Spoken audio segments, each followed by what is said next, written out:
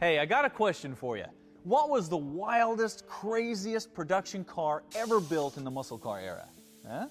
Yeah, I know, that's a tough question because all the automakers were doing some really crazy stuff during that time. I mean, you might have guessed the GTO Judge, or the Buick GSX, or the Boss 429 Mustang. And those were all good guesses because those were crazy cars. But as wild as those were, they pale in comparison to what was going on at Plymouth when in 1970 they put a big droop nose and a huge dorsal fin on a Roadrunner. And they called it the Superbird.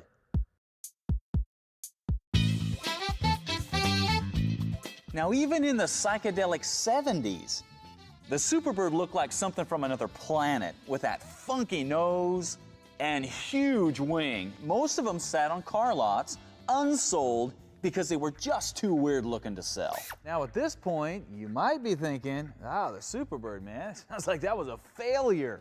No, that isn't until you realize that the Superbird was never designed to be a success in sales off the showroom floor. No. The Superbird was designed to be a success on the racetrack.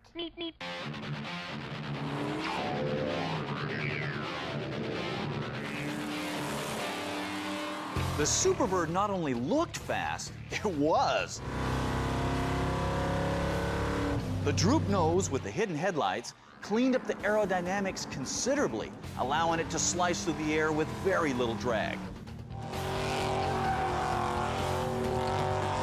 The huge wing on the back not only looked like it was defiantly giving the world a finger, but it actually supplied downforce to keep the rear tires planted on the ground at high speeds.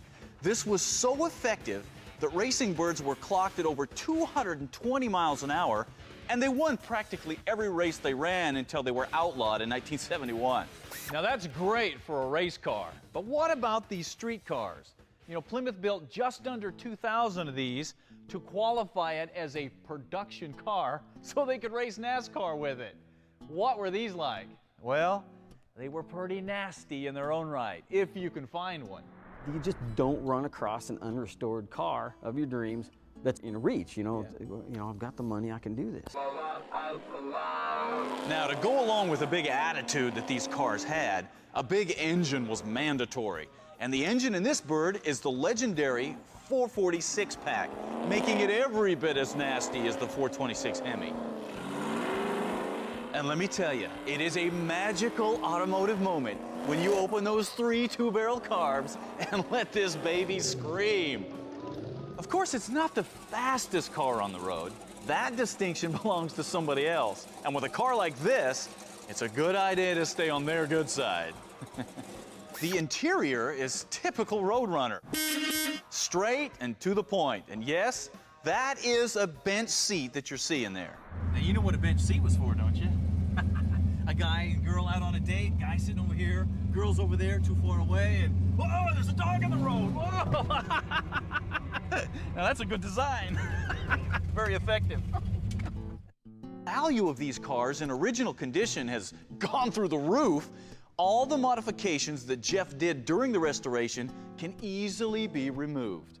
That makes people mad, and I'm just like, I don't care. It's my car, it's my hot rod. That's what I wanted. If I want a footprint gas pedal on it, I'm going to put one on it. Back out on the road, nothing grabs attention like a Superbird. Of course, nothing is as hard to park as a Superbird either, especially with today's shrunken parking spots. Let's just say these things were built for wide open spaces. Driving the Superbird hard is an experience because this is a big machine. Now, the suspension upgrades that were done to the car actually make it handle reasonably well, but with as much torque as the 440 kicks out, it's really easy to drift this thing sideways and steer it with the throttle. And that, my friends, is a beautiful thing to see. Well, there you have it, the Superbird. Without a doubt, the wildest production car ever built. Now, some of you might be thinking, oh man, I am not believing that you just went out and ragged on a Superbird. What, are you crazy?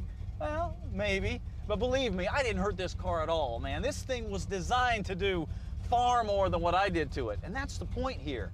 These kind of cars weren't meant to sit in a garage or in a museum somewhere. No, these were made to run.